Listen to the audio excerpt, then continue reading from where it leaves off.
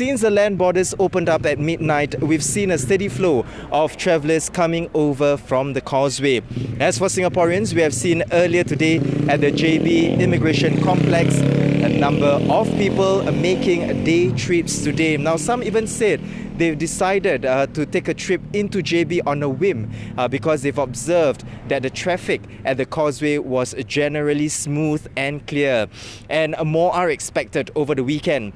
But the crossing between the two countries isn't just about fun and excitement. There were Malaysians whom I spoke to as well who cannot wait to return home for the first time in a long while, even if it's only for the weekend.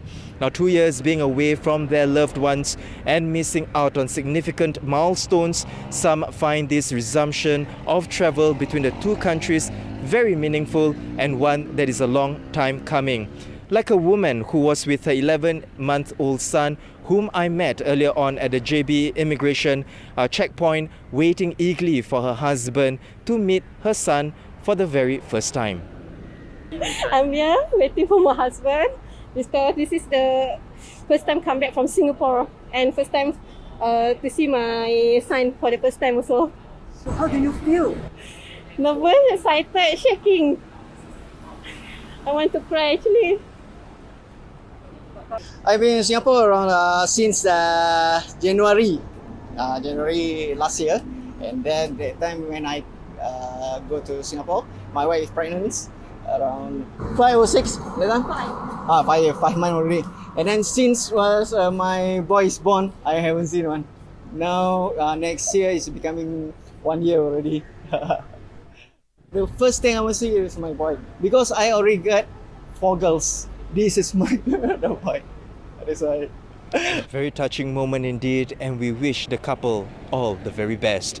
Meanwhile, if there is one thing Singaporeans are most willing to do now is that the borders have fully reopened, it is to travel far and wide to satisfy those cravings for their favorite food. And here in JB, there is one place that you are certain to find Singaporeans in search of their beloved banana cake. I'm here for the banana cakes, but apparently I wanted to get a coconut bun, but it was sold out. Yeah, so no choice but just get 4 boxes of banana cakes for my family and friends. And usually this is something that you get when you're here in JB? Yes, of course. Yeah, you can tell over here with many years of history, and the cake is just awesome, delicious. I'm very happy that the border is now open. Right now I can drive in anytime as long as I have a craving for the coconut bun or banana cakes. And for the past 2 years, I actually didn't get a chance to eat this, and the one I tried in Singapore when I had any craving just tastes so different. Actually today we didn't plan to come JB lah. So it was an impromptu last minute decision. We came here just in time for lunch, about 12 plus. Yeah. And are you deciding to stay overnight, or is this a day trip? It's just a day trip. Yeah. After this, we go and eat some more, then we go back to Singapore. Yeah. I hope the places that we used to visit before the pandemic will still be around. Yeah, because we plan to come back and visit these places often. After this, we are going to go find some massage place. Then after that, we are going to have dinner and then tapao dinner back to Singapore. Joining me now is our Malaysia correspondent Ram Anand. Ram, being here in Singapore for me after 2 years, it's it's familiar yet a little foreign as well. Places that I used to know that were always filled with Singaporeans. Now it's almost like a ghost town. But for you, really, how do you feel about JB coming back to life once again?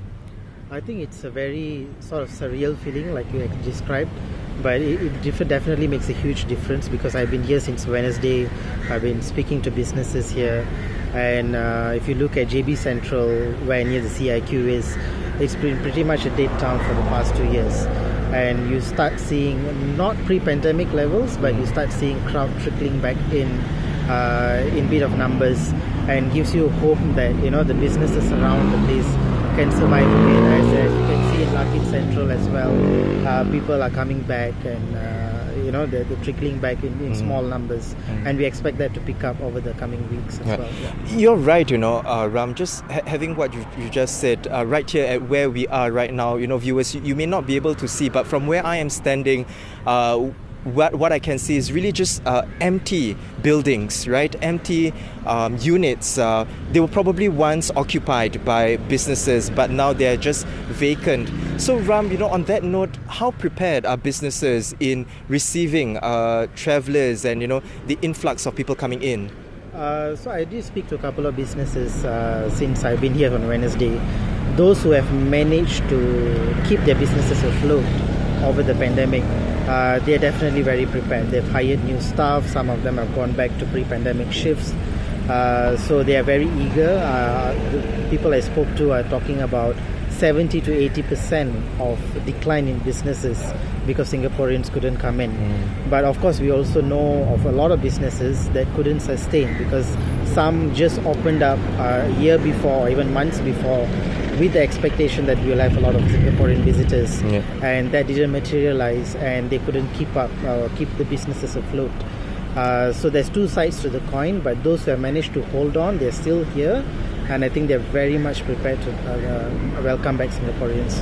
And today also marks the long-awaited reopening of Malaysia's international borders as well, Ram. You were just in the Zaru a few days ago. Tell us about the situation there. Are the resorts ready to receive tourists? Yes, definitely. I think what happens from today is Malaysia fully reopens its borders. What we retain is mask mandates. You're supposed to wear masks at all times except in indoor settings where you're eating or drinking. And that is something different from Singapore because for hours, outdoors we don't wear masks. It's an option, but encouraged, of course. Yes. So that's a big difference from Singapore. The other part is contact tracing apps. You're supposed to download the MySejahtera app and use contact tracing at all times. We are back to full capacity in restaurants and this one, but of course we need to observe social distancing at all times, but it's not regulated in a quantified measure. And there are no PAX limits in groups gatherings here, right? Yeah. In Singapore we still do, which is PAX at 10. No PAX limits. So as you see in Desaru, they are opening up new resorts. They are opening up a new ferry terminal as well to connect Tanah Merah in Singapore to Desaru in Johor. So that's another new point of entry for Singaporeans. So I think Johor has been planning for this for a long time. Some of the projects got delayed because of the pandemic, but I think all the infrastructure is ready to receive visitors again now that the border is finally reopening. Very exciting times indeed, and I think travelers are definitely very excited to be able to once again go to these places that they're so familiar with. Well, thank you so much, Ram, for the updates, and I've been speaking to our Malaysia correspondent right here with me, Ram Anand.